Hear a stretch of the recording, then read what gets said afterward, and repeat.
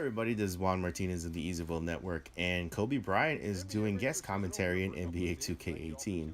I didn't actually know that was going to be the case. I guess there was a trailer a couple weeks ago showing off that Mamba and Kevin Garnett, are going to be doing spots in random games, and I just happened to catch one while I was recording footage for my eventual video review impressions of the game on the Switch.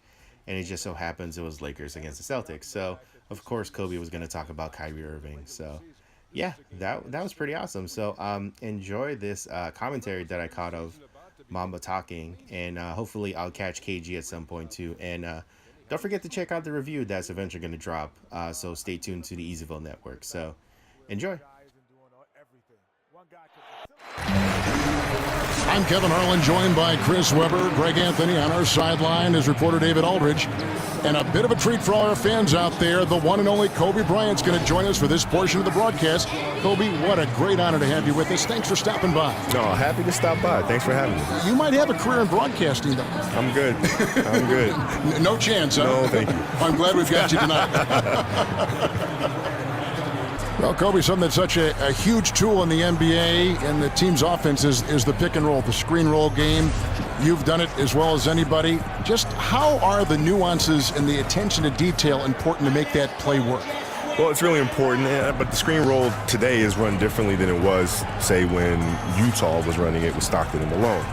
What you're seeing now is more of a spread floor screen roll action where it makes rotations very difficult because you have to rotate off of shooters at a distance. Right. So now what you tend to see more teams try to down pick and roll coverages and sending guys to one side of the floor and try to play the screen roll coverage with two men and try to not have three guys in the action where you have to rotate and now push your team behind, right? And that it's a dance of, can you play the screen roll with just two guys? And on offense, can I force you to have a third guy come in and rotate? If I can do that offensively, then you're behind. And in the history of the NBA, only a handful of players have lasted 20 seasons. Kobe, you played all 20 with the Los Angeles Lakers, an NBA record for seasons with one team. What does it mean to just having worn that Laker jersey your entire career? Well, I mean, it's a huge honor. I've always been a massive Laker fan, even when I was a kid.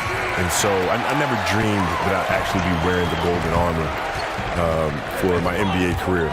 So to be sitting here right now, having played 20 years, is literally the coolest dream that could have ever happened to any kid. Happened to me.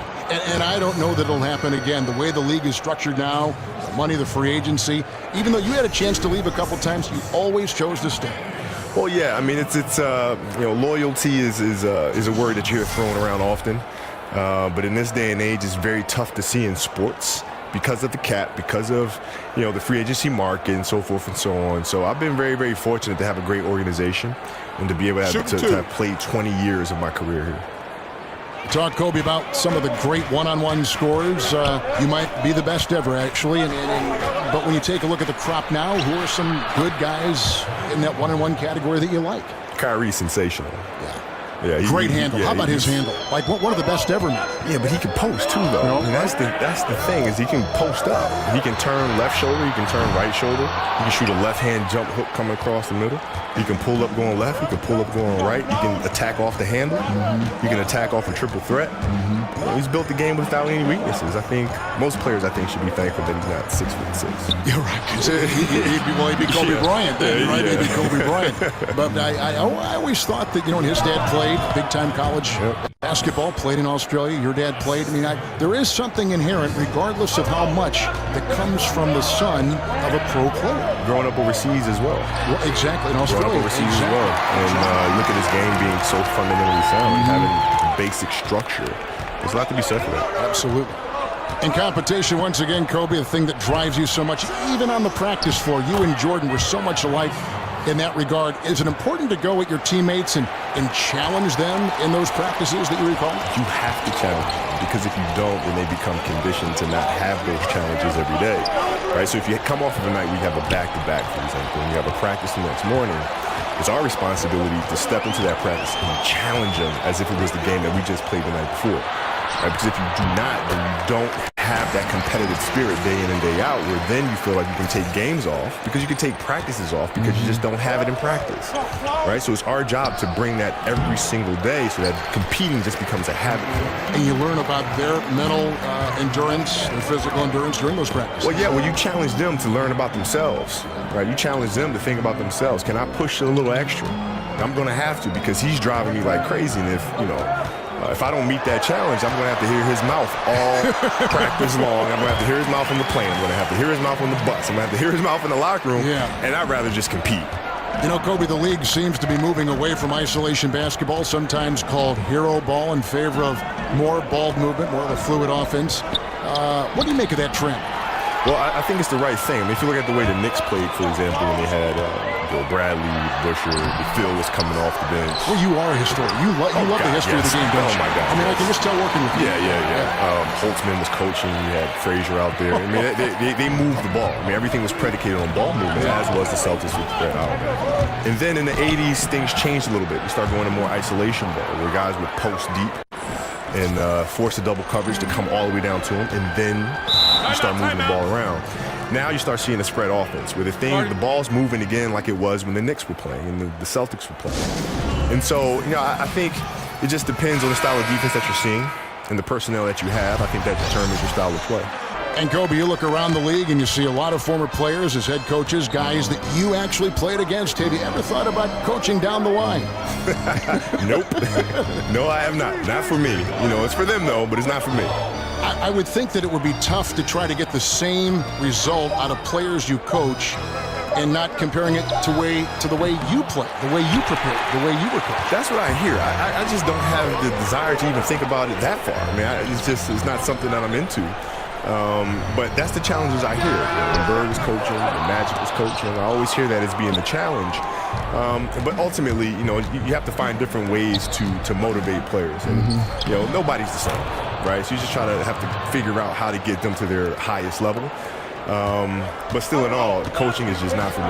Well, it seems like with more threes and more skill-based play, the league is adapting more of a European style of play. You grew up in Italy, Kobe. You know about that style. You appreciated that style.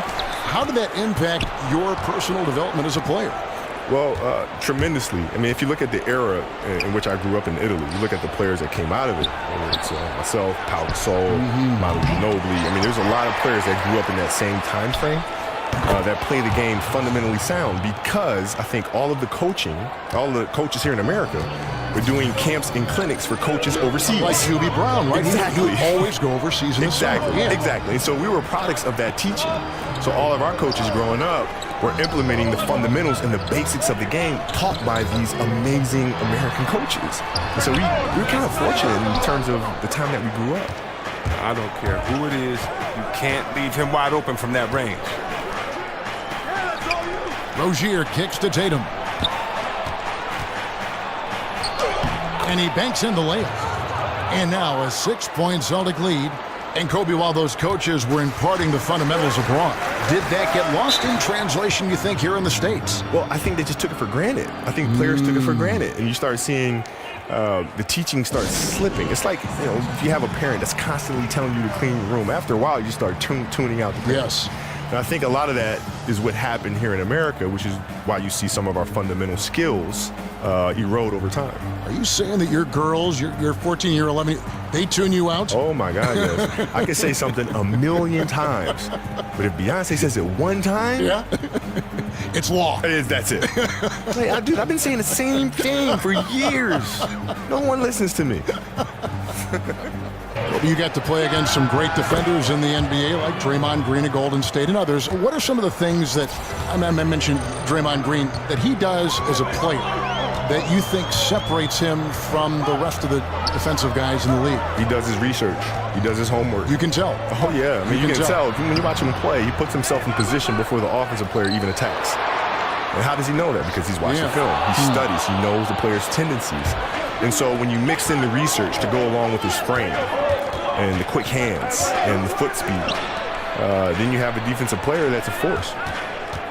And we'd like to thank you for stopping by, Kobe. Hope you come back and join us again. I definitely will. I had a great time, man. Thank you for having me. You know, Greg, it's amazing to think back on Kobe's career, but to hear the perspective and context in a broadcast setting like this, it's an awful lot of fun, isn't it? It really is. And you know, the depth of knowledge from the kind of career Kobe has had, the ups and downs, and the wisdom gained through that experience really shows in him as a person, not just a basketball player. He's one of the truly special people who've given so much to the game of basketball.